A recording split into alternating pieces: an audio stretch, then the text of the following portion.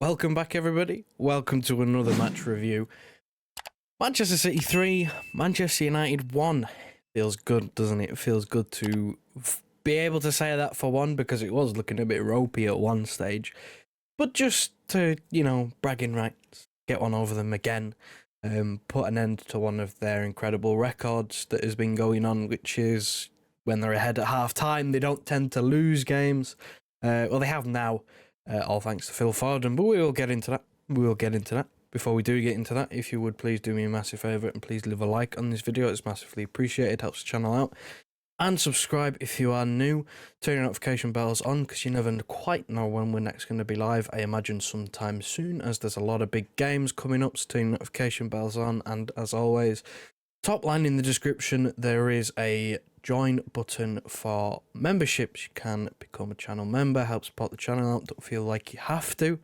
But if you do want to help support me and Hugh, then there is the option of becoming a channel member. But I will stop the rambling there and I will get on to the game because, the result at one point did look a little bit sketchy. Of course, we were 1-0 down for quite a significant part of that game, going into half-time, 1-0 down. There wasn't really too much clear-cut apart from the absolute sitter Haaland missed, which I'll get into, but I don't want to dwell on negatives because there's not many. There really isn't many. Statistically, and just given the eye test as well, just watching the game, it was total domination. Man United were dreadful. They are so bad. It's unbelievable. Big old Manchester United. And they're having 27% possession. To put it into context, we had 27 shots. And they had 27% of the ball. That's woeful, and some of the quotes that I'm hearing, that I'm reading from Ten Hag, saying the game plan worked and they had a few other opportunities to score. What a load of bollocks, mate. Absolute nonsense. They weren't in the game. Rashford has scored an absolute worldie. Like a screamer. A proper screamer. Edison can't save it. He's hit it first time from 30 yards, it's crashed in off the crossbar. Sometimes that happens. It's a world-class finish. It's a world-class goal. But that's all they had. I'm not having any of this, we had chances, or, they could have been 2-0 up, or, if buts and maybes. They had 3 shots. I've got the stats up in front of me. They had 3 shots in 90 minutes. 1 on target. I did read a stat on Twitter before that it's the lowest amount of shots that we've faced in a Premier League game this season. And they think that they possibly could have got something out of that. Nonsense. Absolute nonsense. It was domination. They weren't in the game. Men versus boys. Any expression you want to use, it doesn't matter.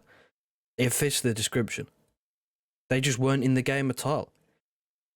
And that's just point number one. It was total domination. It was, looking a little bit ropey with how late the goals came for us, but it almost kind of felt inevitable. The great wall of Manchester United, they sat and put 10 men behind the ball from minute 1. They didn't play with anyone up front. It was 2 banks of 5. It was like Atletico Madrid.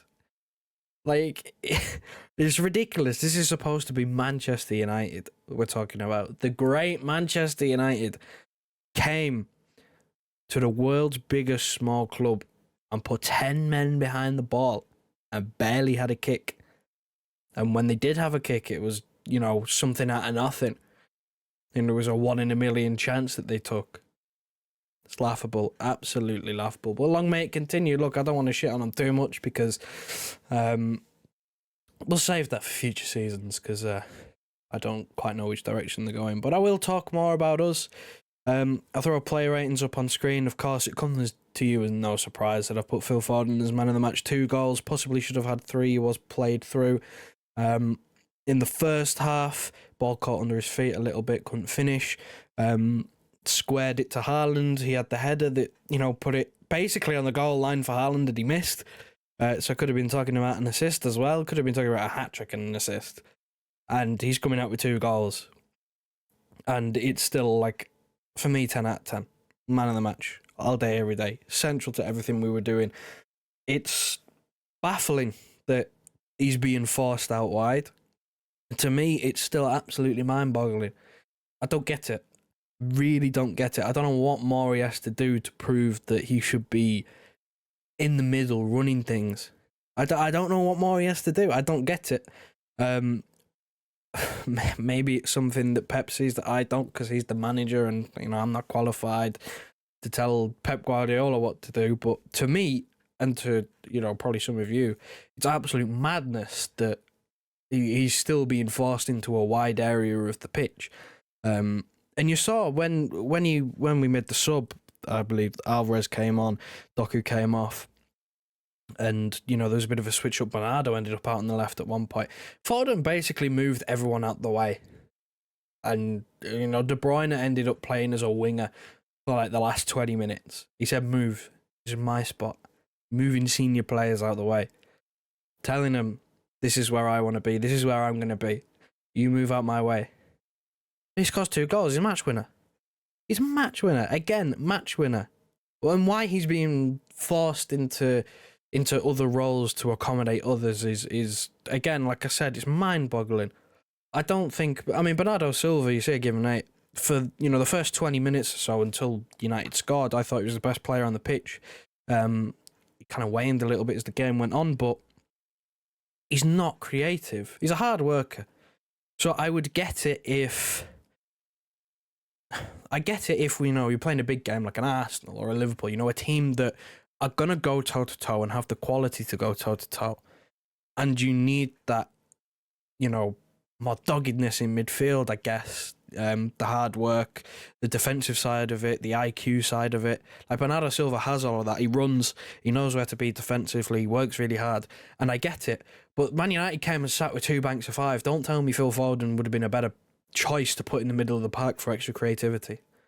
Especially when I think Kevin De Bruyne, who I've given a 7 to, had a bit of a mixed bag of a game. It wasn't bad. He did create a few things, but some of his passing, again, was a little bit like... It was a little bit wayward at times, some of it. Like, there was some of it that was really good and some of it that was just not so good, and that's what it was. It was kind of, like I said, it was a mixed bag. It wasn't a bad game.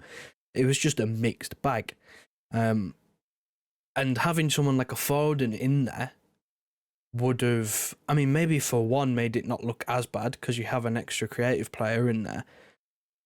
But I mean, I guess for 2, we probably would have done a lot more. A lot of our shots were blocked, or they were, you know, long range, just kind of hit it and hope it takes a deflection. So again, it's baffling. Like, when it comes to playing at Anfield, Foden on the wing, maybe I understand because you want extra, you know, structure in the midfield. You want a little bit more steel, I guess would be the word. But in a game like today where United are just going to park the bus, it should have been the other way around. It really, really should have been the other way around. And I guess that kind of brings me over to the other wing as well. Jeremy Doku gave a 6. Just this Jeremy Doku experiment it's not failed.